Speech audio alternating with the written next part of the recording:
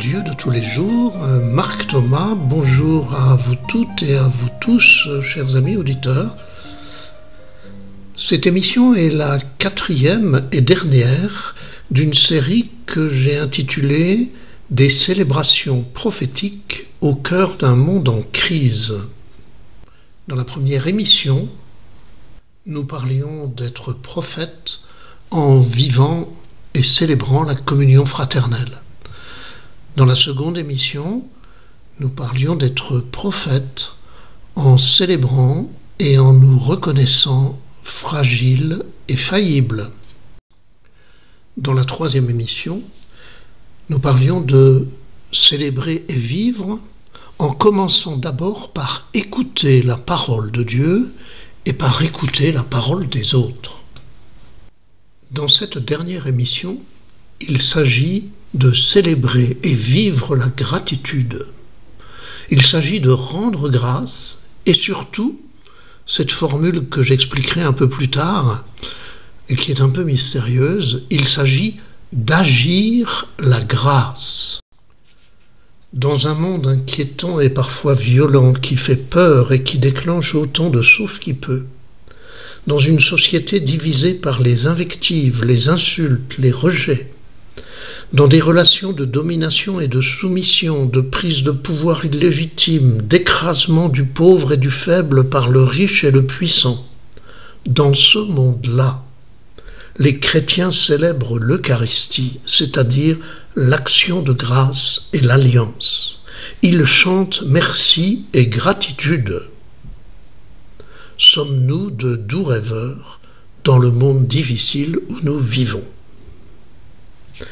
Le mot Eucharistie signifie rendre grâce, exprimer sa reconnaissance pour le don reçu.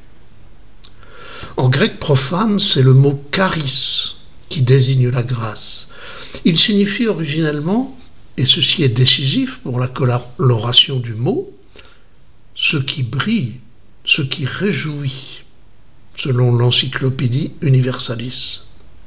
Ce mot charis a donné en français charisme, mais aussi charme. Il y avait le grec euangelion, évangile, c'est-à-dire bonne nouvelle. Et voici le grec eucharistia, c'est-à-dire Eucharistie, bonne grâce, rendre grâce. Du préfixe grec c'est-à-dire bon, comme déjà dans la Genèse, et Dieu vit que cela était bon.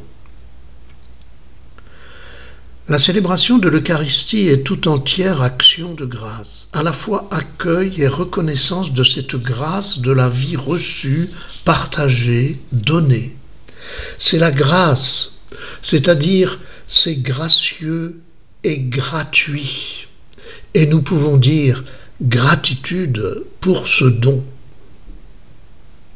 C'est une action de grâce, c'est-à-dire une action où nous agissons en nous déplaçant pour y participer, en se saluant pour la communion fraternelle, en écoutant la parole de Dieu et la parole des autres, en chantant, en nous levant, nous asseyant, nous agenouillant, en apportant le pain et le vin, fruits de la terre et du travail des hommes, en mangeant le pain et en buvant la coupe, en ouvrant les mains pour donner et pour recevoir.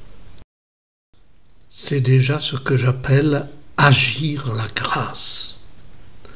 Nous rendons grâce dans une liturgie, étymologiquement leiturgia, de laitos, public, et ergon, œuvre, mot qui désigne dans la Grèce classique l'obligation que la cité impose aux citoyens dotés d'un certain revenu de pourvoir à une série de prestations d'intérêt commun. Et donc, liturgie, service public, œuvre du peuple et pour le peuple, action publique, action, urgie, comme chirurgie par exemple. Agir la grâce. Il s'agit de rendre grâce pour la vie reçue, non pas d'abord comme un droit, mais comme un don et un cadeau. Il s'agit pour les chrétiens de reconnaître en Dieu la source, le donateur, le créateur. En communion fraternelle avec tous ceux et celles qui ne croient pas en Dieu, mais qui cherchent à rejoindre au plus profond d'eux-mêmes la source qui irrigue leur vie, la lumière qui illumine leurs obscurités comme les nôtres. Foi différente, mais attitude commune d'une vie reçue comme un don précieux dans nos vases d'argile.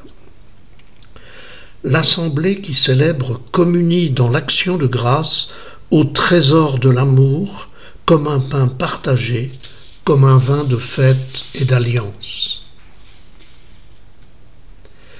Alors la célébration fait de nous les prophètes d'un monde de grâce. Les chrétiens qui célèbrent ainsi sont-ils de doux rêveurs? Je posais la question au début de cette émission. Au cœur d'un monde violent et déchiré, ils veulent tenir ensemble les deux opposés qui font la vie. D'abord et toujours, reconnaître la vie comme un don gracieux et gratuit, toujours reconnaître comme Dieu à la création que cela était bon, que la vie est faite pour s'épanouir. C'est le premier opposé. Et le deuxième qui lui est opposé, à cause de ce regard positif, prendre à bras le corps notre souffrance et prendre à bras le corps la souffrance des hommes, aller rejoindre avec amour, parfois en nous, le petit, le pauvre, l'étranger, le malade, le rejeté, pour restaurer sa dignité et donner réalité au salut promis. Entre ces deux opposés, reconnaître la vie comme un don gracieux et gratuit et prendre à bras le corps la souffrance des hommes, nous ne sommes plus des doux rêveurs désincarnés chantant des louanges célestes à l'abri des bouleversements du monde, mais nous sommes prophètes engagés concrètement pour la justice et la paix, proclamant envers et contre tout la puissance de l'amour, le salut possible pour l'humanité, dont la responsabilité est dans nos mains.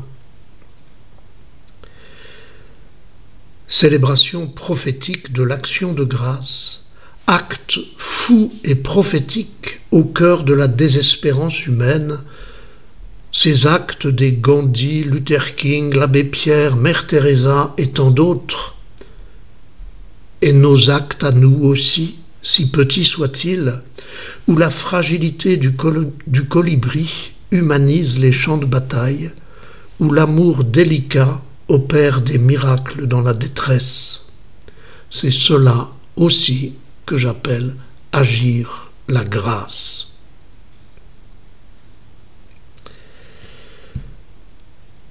Nous sommes prophètes, incubateurs d'actions de grâce, à condition que nous ne demandions pas à Dieu d'agir à notre place, et que nos prières ne demandent pas à Dieu de procurer du pain à ceux qui n'en ont pas, mais qu'elles nous redonnent l'énergie de planter, de faire fructifier, de transformer, de partager.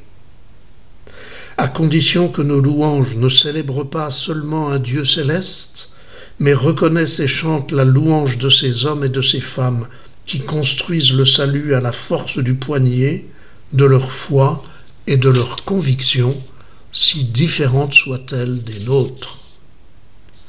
À condition d'agir la grâce, c'est-à-dire de poser des actes de grâce, actes du quotidien gracieux et gratuit qui génèrent la gratitude de tous les merci, parce qu'ils produisent du bien, du bon, de l'amour, de la joie, et tant de petits bonheurs au milieu des dévastations, comme autant d'étoiles dans la nuit noire. Dans la simplicité du quotidien et des actes simples de chaque jour, devenir prophète et constructeur de la grâce. Alors, nous célébrons l'Eucharistie, mais c'est aussi toutes nos vies qui deviennent Eucharistie pour le salut du monde. En voici quelques exemples.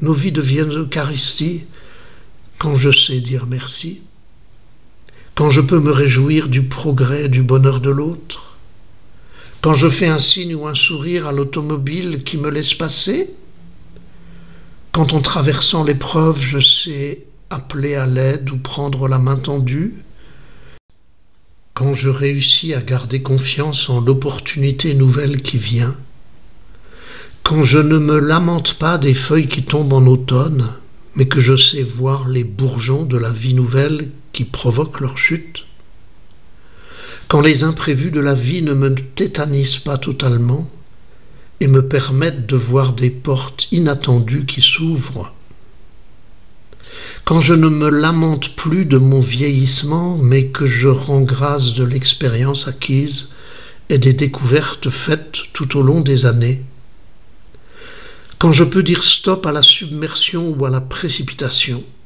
et prendre le temps de me poser et de déguster le calme, le repos, l'amitié, l'affection,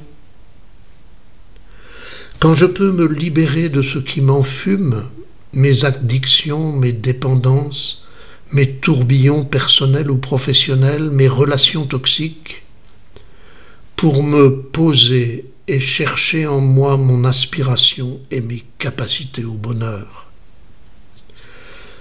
Quand je peux lâcher prise sur un effort solitaire et épuisant et expérimenter au cœur de mes épreuves le bonheur du soutien, de la solidarité, de l'amitié, de l'affection à portée de main et de cœur. Quand je peux fêter enfin la sortie de la déprime, le retour à la santé, la réussite, l'espoir qui renaît, la chaleur d'un amour retrouvé ou reconstruit. Et vous pouvez continuer la liste de tous ces gestes, de toutes ces postures où nos vies deviennent Eucharistie pour le salut du monde. Oui, nos vies deviennent Eucharistie. Nos vies sont une action de grâce. Nos vies agissent la grâce en nous et au cœur du monde, action de grâce prophétique du salut d'un Dieu à l'œuvre par nos mains. Voilà, c'est la fin de ces 4 émissions intitulées « Des célébrations prophétiques au cœur d'un monde en crise ».